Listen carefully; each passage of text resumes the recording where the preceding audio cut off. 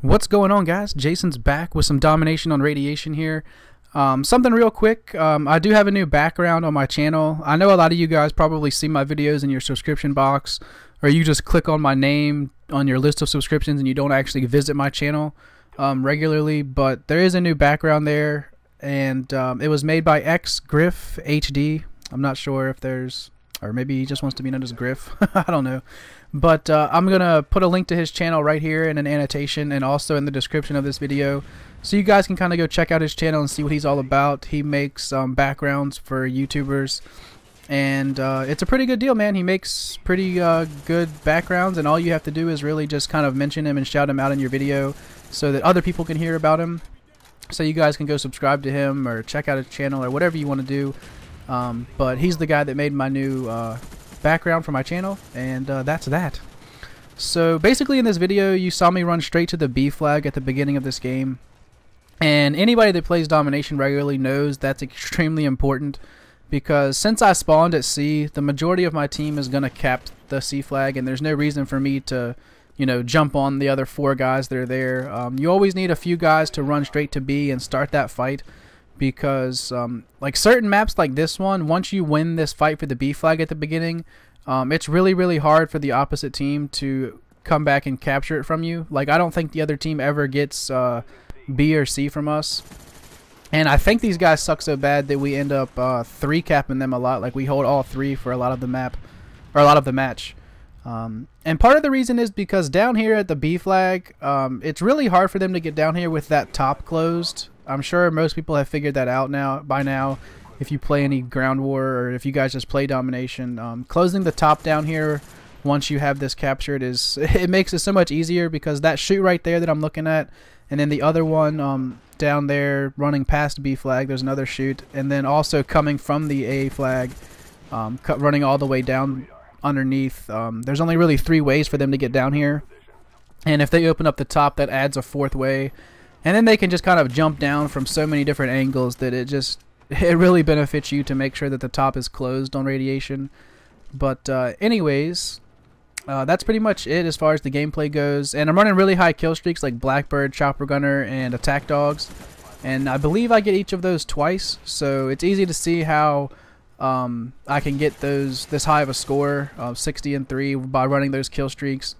And especially with as defensive as I'm playing, you see that I'm right here is the main spot that I like to sit at, because you can watch the B flag, but I'm also close enough to C flag that if somebody gets on there and starts capturing it, I can kill them like before they actually capture it. So that really works out nicely with the flags being this close to each other. So that's also another reason that we had them 3-capped, because it's easier than a lot of maps to hold all 3 flags on this map.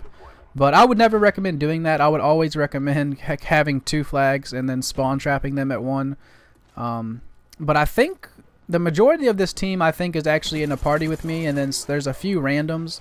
And it really sucks when you have like 6 or 7 guys and you're trying to spawn trap or something like that, and then you have a couple random guys that like to you know, capture the 3rd flag and make it hard on you because they can't hear you, they don't have a mic, or they're in a party or something.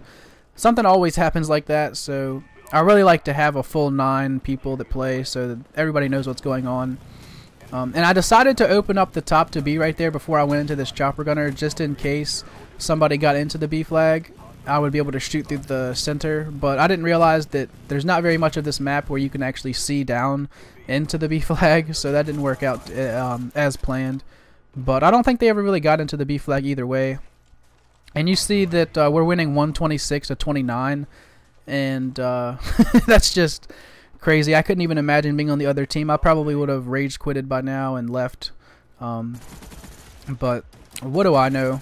I think I actually go on a nice little streak right here in this area. I'll eventually run out of bullets and get my last kill for my dogs running around with the Strela trying to knife somebody. But anyways, oh, do you see me hip firing there really poorly? Hip firing with steady aim is amazing. I didn't even realize.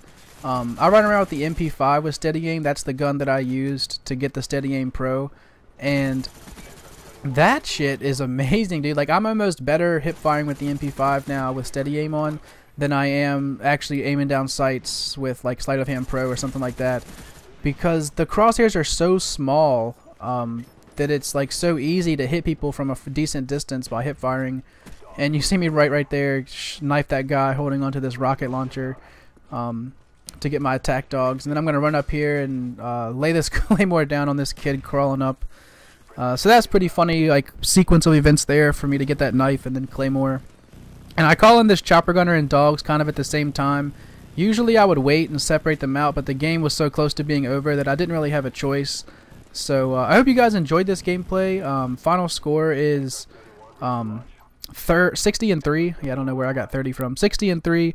And I hope you guys enjoyed, and definitely go check out Griff's channel and tell him what you think of his background. So I'll talk to you guys later.